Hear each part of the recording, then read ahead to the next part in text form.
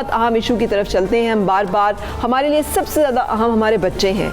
ये सिर्फ हमारे घरों की बात नहीं है, हमारे मुल्क की भी बात है। जब तक हमारी आने वाली नस्ल सेहतमंद नहीं होगी, हम मुल्क को तरक्की याफ्ता नहीं देख सकते, मुल्क उस तरह से तवाना नहीं हो सकता।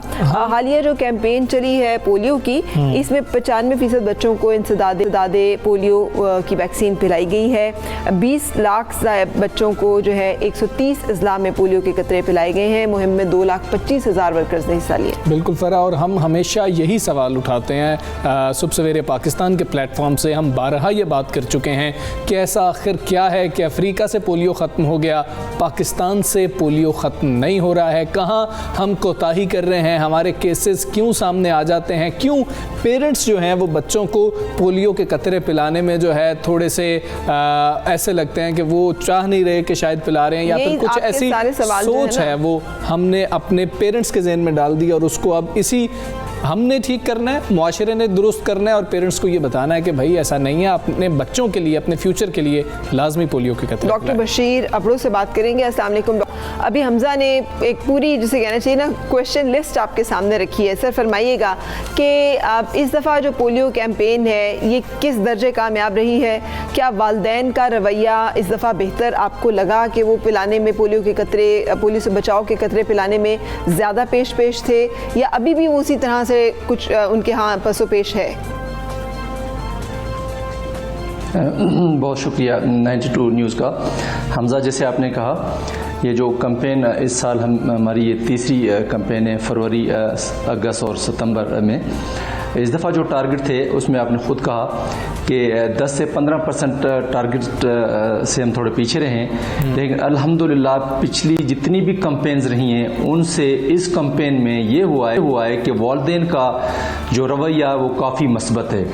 मैं ये समझता हूँ कि जो हमारे इलेक्ट्रॉनिक और प्रिंट मीडिया का रोल इसमें बहुत मस्बत रहा है, जिसकी वजह से लोग मायल हो रहे हैं, लोग अब आगे बढ़ रहे हैं, अपने बच्चों को न सिर्फ पोलियो कतरे पिला रहे हैं बल्कि जो रूटीन की इम्यूनाइजेशन है उसके लिए भी लोग जो हैं वालिदैन अपने बच्चों को जो नज़दीकी सेंटर्स हैं, अपने बेसिक हेल्थ यूनिट हैं और रूरल हेल्थ सेंटर्स हैं या डिविजनल हेडक्वार्टर हॉस्पिटल्स हैं या टर्शियरी केयर सेंटर्स हैं, उनमें जो है ना अपने बच्चों को हिफाजती टीकों के लिए ला रहे हैं।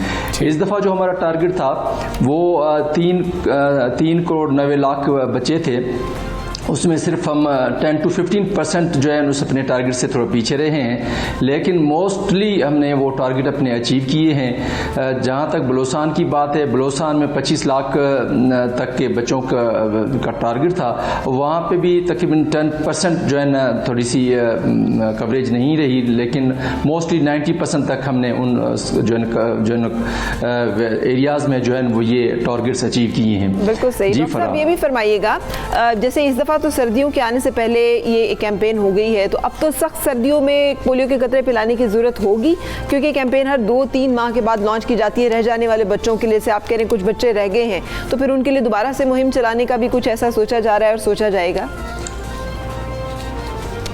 एग्जैक्टली जैसे आपने कहा फरा, बात यह कि अब इतनी लोगों में अवेयरनेस आ चुकी है। मैं गुज़श्ता सालों की कंपैरिजन में बता रहा हूँ कि वैक्सीनेशन कराने की शरह में बेहतरी आ रही है, और उम्मीद ये मैं समझता हूँ कि आने वाले दिनों में इन एरियाज़ में जहाँ जहाँ पे थोड़ी कमी रही है, लोग वालिदैन इन इम्यूनाइजेशन और पोलियो के ड्रॉप्स पे मुकम्मल एतमाद करके आगे बढ़ेंगे, अपने बच्चों को हिफाजती टीके लगवाएंगे, अपने बच्चों को पोलियो के कतरे पिलाएंगे, ताकि आने वाले दिनों में हम अपने मुल्क से इस बीमारी का खात्मा कर सकें। बिल्कुल ठीक है। डॉक्टर साहब ये भी बता दीजिएगा कि कुछ केसेस इस दफ़ा हमने देखा कि वो बढ़ गए थे, उसकी वजह क्या है? क्या कोरोना के दौरान जो पोलियो कैंपेन थी उसमें तातुल आया कोरोना वायरस की वजह से? क्या ये एक वजह है या फिर कोई और वजह है? जैसे लाहौर की सीवरेज के अंदर कहा जा रहा था कि बड़े नमूने पाए गए हैं पोलियो के।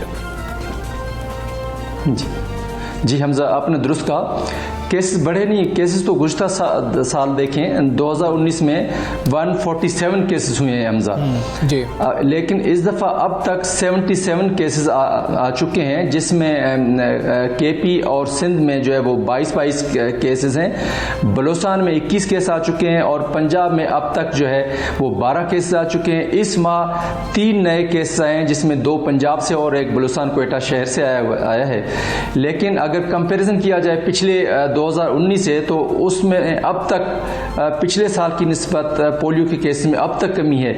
और मैं ये उम्मीद रखता हूँ कि आने वाले दिनों में अल्लाह करेगा कि इतने केस नहीं आएंगे और पिछले साल की निस्बत कोशिश होगी कि हमारी केस में कोई हाफ सेंचुरी कम से कम हो इंशाल्लाह। अच्छा डॉक्टर साहब, ये भी फरमाइएगा, एक स्ट्रेन पोलियो का जो कि ख़त्म हो गया था, इरेडिकेट हो गया था, उसके भी केसेस के रिपोर्ट होने की इतलात जो है वो मौसूल हुई थी।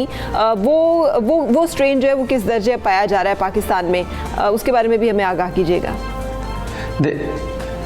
जी, ये वो स्ट्रेन है। देखें, इसके पोलियो की 3 किस्में होती हैं, P1, P2, P3।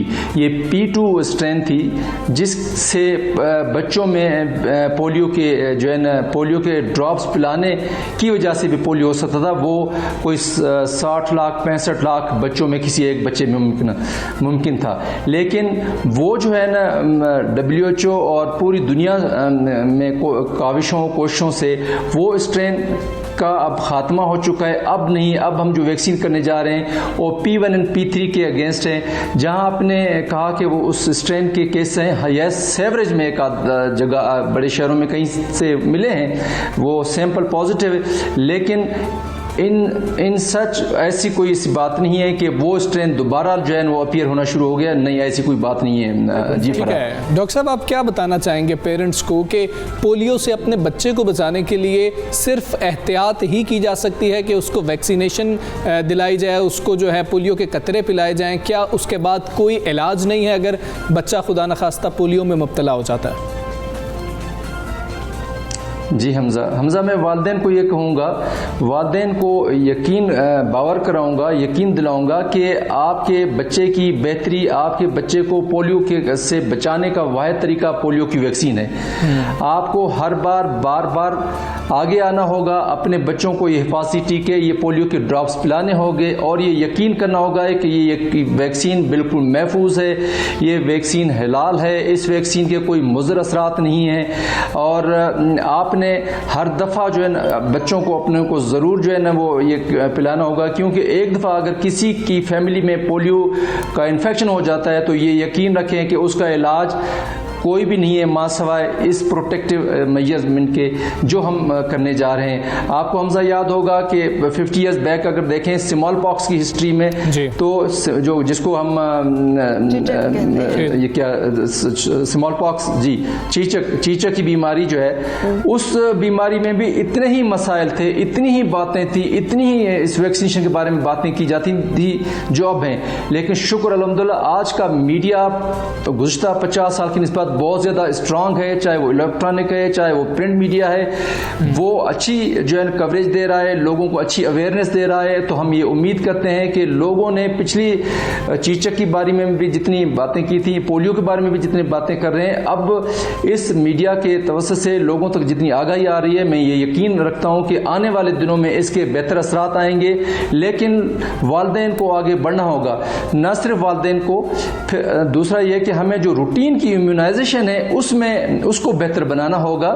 हमें कुछ और चैलेंजेस हैं, लाइक जो हेल्थ सिस्टम है, हेल्थ सिस्टम में हमारा टोटल दारोमदार जो है वो टर्शियरी हेल्थ केयर सेंटर्स पे, हमें प्राइमरी हेल्थ केयर सेंटर पे तवज्जो देनी होगी, हमें सेकेंडरी हेल्थ केयर सिस्टम पे तवज्जो देनी होगी कि लोग अपने बच्चों को अपने नज़दीकी इलाकों, नज़दीक सेंटर्स में इलाज कराएं और वहाँ से बच्चों को अपने टर्शियरी हेल्थ केयर सेंटर पे ना भेजें, ताकि जो टर्शियरी हेल्थ सेंटर का लोड है वो जो है थोड़ा सा कम हो और वहीं पे लोगों को, बच्चों को इलाज मिल सके ताकि बच्चा दूसरी बीमारियों से बचे। फिर मैं ये भी कहूँगा कि सिर्फ पोलियो के ड्रॉप्स के साथ साथ हमें अपनी बच्चों को साफ पानी पीने का मुहैया करना होगा, हमें हम सेवरेज का निज़ाम को बेहतर कराना होगा, हमें मेल न्यूट्रिशन, हमारे तकरीबन 50% आबादी हमारे मेलनरिश्ड बच्चों की है, जो सूखड़ापन है जिसको उसको एड्रेस करना होगा। ब्रेस्ट फीडिंग को हमें जो है वो प्रमोट करना होगा ताकि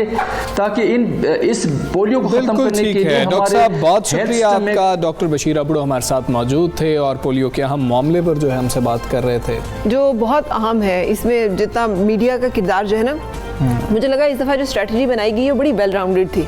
उसमें मीडिया के ज़रिए इफेक्टिव कैंपेन भी की गई और बड़ी एग्रेसिव तरीके से अप्रोच भी किया गया उन तमाम एरियाज़ को जो कि निगलेक्ट होते थे, ताकि बच्चे जो है ज़्यादा से ज़्यादा। फिर आपको पता है कि उलमा हज़रात इसके अंदर बहुत ज़्यादा कंट्रीब्यूट कर रहे हैं। मैंने देखा कि जुमे के खुतबे के अंदर जो मौलाना साहब थे उन्होंने फरमाया कि बच्चों को पोलियो के कतरे पिलाएं, जो कि बहुत अहम है। उलमा की जानिब से जब कहा जा रहा है कि इसमें कोई ऐसी प्रॉब्लम नहीं है, अपने बच्चों को पिलाएं।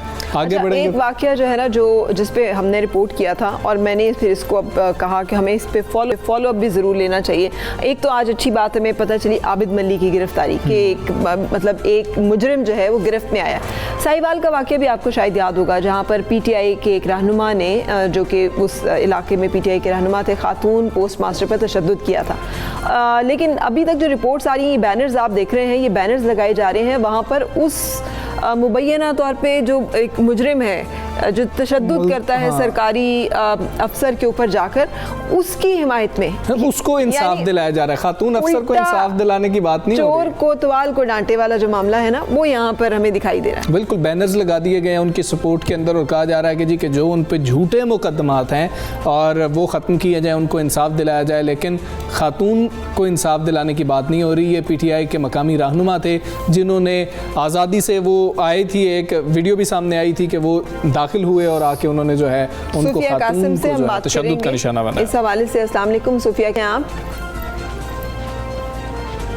जी वालेकुम अस्सलाम, अल्हम्दुलिल्लाह आप ठीक हैं, खैरियत से? बिल्कुल बिल्कुल। सूफिया बताइएगा, आपको लगता है कि जब आप पे तशद्दुद हुआ था और मामला फिर FIR तक गया था, उसके बाद क्या हुआ? जी मैम, उसके बाद FIR कट गई, जैसे कि मैंने पहले भी आपको बताया। और जो मेरा मेडिकल था वो भी हो गया, लेकिन उसमें 2 इंजरीज जो मेरी थी वो अंडर ऑब्जर्वेशन थी, जो कि 29 तारीख को डिक्लेयर हुई, जिसमें मेरे हाथ पे खराशें और जो मेरे कान का पर्दा वो मुतासर हुआ था। 29 तारीख को डिक्लेयर हो गया और मेरे कान का पर्दा मुतासर हुआ। उसमें दफ़ा 336 और 337 L2 ऐड कर दी गई मेरी FIR में। लेकिन उसको जो मेरा मुजरम है उसको पकड़ने के लिए जो है वो पुलिस ने अपनी जान छुड़ाने के लिए कोर्ट में एक एप्लीकेशन मूव कर दी कि जो है ना, हमें इसको चूंकि दफ़ा 336 लग चुकी है तो हम इसको पकड़ने की इजाज़त दी जाए, जिसमें कोर्ट ने भी 6 तारीख को इजाज़त दे दी कि ठीक है इसको गिरफ्तार किया जाए। उसके ऑर्डर्स कोर्ट ने कर दिए, उसके बावजूद अभी तक उसको जो है ना वो उसकी गिरफ्तारी अमल में नहीं लाई जा सकी। वजह क्या है गिरफ्तारी अमल में ना लाई जाने की? वो मुजरिम मौजूद है उस वक्त वहाँ पे कि छुप गया, रुपोश हो गया कहीं पे?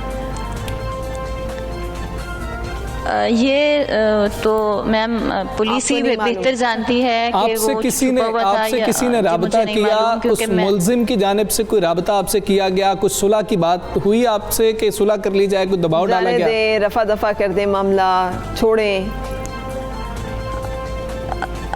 जी, मुख्तलिफ तरीक़ों से जो है ना वो मैसेजेस कन्वे किए गए कि आप खातून हैं, आपके लिए मुश्किलात हो जाएंगी, आपकी करैक्टर असैसिनेशन की जाएगी, आपके छोटे बच्चे हैं, आपने आगे नौकरी करनी है, आपके लिए मुश्किलात बन जाएंगी, आप इसको जो है ना वो खामोशी इख्तियार करें। मुख्तलिफ वाय से मुझे इस तरह की जो है ना चीज़ें सुनने को आ रही। जो लोग वहाँ पर मौजूद थे जिन्होंने सब कुछ देखा, क्या वो आपको सपोर्ट कर रहे हैं या वो बयान देने के लिए तैयार नहीं हो रहे? क्या उनमें से किसी ने बयान दिया कि वाकई इस शख्स ने आके तशद्दुद किया था? गवाही की बात हो रही है। जी, उस वक्त बहुत सारे लोग वहाँ पे मौजूद थे, वो सारे इस वाक़े के गवाह भी हैं और उस पे कायम भी हैं। और हमारे पास वीडियो भी मौजूद है कि उसकी मेरे कमरे में एंट्रेंस के 6 से 7 सेकंड में लोग मुझे बचाने के लिए भागना शुरू हो गए, जो ये शो करता है कि ना कोई बात हुई, ना कोई ग्रीवियंस बयान किया गया, ना कोई मतलब है कि मेरी तरफ से किसी को जो है ना वो बुरा भला कहने की, जैसा कि उसने पहले भी मीडिया पे आके। तो ठीक है सूफिया, आप उन्हें माफ करने का इरादा रखती हैं जो आप कह रही हैं सुलह सफाई की पेशकश की जा रही है या दबाव डाला जा रहा है आप पे कि बाज आ जाएं आप, वरना आप खातून हैं, आप ही को नुकसान होगा? तो आपका इरादा है कि इस दबाव में आने का या आप इस केस को परसू कर रही हैं? मैं इस केस को परसू कर रही हूँ क्योंकि ये मेरी ज़ाती कोई बात नहीं थी, ये कोई मेरी किसी पॉलिटिकल से कोई वो ऐसा मसला नहीं था। मैं अपनी सीट पे बैठी थी, ये स्टेट की बात है, मैं स्टेट की मुलाजिम हूँ और मैं स्टेट की इज़्ज़त के लिए ही लड़ रही हूँ और मैं इसको जारी रखूँगी। और मैं उम्मीद करती हूँ कि स्टेट मत खड़ी हो, क्योंकि इंसाफ की हुकूमत में इंसाफ को ढूंढना मेरे लिए मुश्किल तो हो रहा है, लेकिन मैं अपनी उम्मीद इंसाफ मिल सके, उम्मीद करते हैं कि आपको इंसाफ मिल सके। और ये जो बैनर्स लगाए जा रहे हैं ना, ये अफसोसनाक है। ये अफसोसनाक नहीं, ये शर्मनाक है। और ख़ास तौर पे जब आप एक खातून के साथ जो मुजरिम है, बच्चों के साथ जो मुजरिम है, जब आप उनकी मुआवनत करते हैं, जब आप उनकी हिमायत करते हैं, जब आप उनको सपोर्ट करते हैं, तो आप इसका मतलब है कि जालिम खुद भी हैं। अगर कल को कोई ऐसे जुल्म होगा, आप उसका रास्ता नहीं रोकेंगे, आप उस जुल्म को आगे बढ़ाने में शामिल होंगे। तो उम्मीद और तवक्को करते हैं कि मुजरिम को गिरफ्तार भी किया जाएगा और उसे सजा भी दी जाएगी। ताकत के नशे में जो लोग इस तरह से कानून अपने हाथ में लेते हैं, उनकी सरकोबी होनी चाहिए। बिल्कुल ऐसी है। जो मुलजिम है जिसको नामजद किया गया है, उसकी गिरफ्तारी के हवाले से भी हमें चीज़ें सामने, और फॉलो अप जो था इसीलिए लिया था कि अभी तक ये केस कहाँ तक पहुँचा, और वो हमने आपके साथ शेयर किया। इंटरनेशनल डे है आज हमजा ऑफ डिजास्टर मैनेजमेंट। ऐसी आफतें तो हैं, कुछ और आफात भी हैं जिनसे हमने बचना है, और वह है कुदरती आफात। अल्लाह ताला हम सबको हर नागानी आफत हादसे से अपनी हिफाजत में रखे। लेकिन आज कुदरती आफात से बचाव का आलमी दिन मनाया जा रहा है। मतलब ये है कि हमें मालूम हो कि कोई भी ऐसी खुदा न खास्ता जो सानहा है, सैलाब आ जाए, ज़लज़ला आ जाए, वबाई अमराज फूट पड़े, क्या चीज़ें करनी होती हैं और कैसे उनसे डील करना होता है, और अपनी प्रिपेयर्डनेस को भी चेक करना है एज नेशन भी और फिर एज इंडिविजुअल भी, घर में भी। हालांकि ये जिसे कहते हैं वो नहीं आफात होंगी कुदरती आफात, लेकिन छोटे छोटे हादसा होते हैं, तो हमें चेक उसको डिज़ास्टर मैनेजमेंट कहते हैं। डिज़ास्टर मैनेजमेंट की जो है बहुत ज़्यादा ज़रूरत है, और पाकिस्तान में इसकी खासी किल्लत भी। हमने 8 अक्टूबर के ज़लज़ले का भी जिक्र किया था अभी, तो फिर कहा था कि हमने उससे कुछ भी नहीं सीखा और हमने वैसी प्लानिंग नहीं किया। एक ब्रेक की जानिब चलेंगे।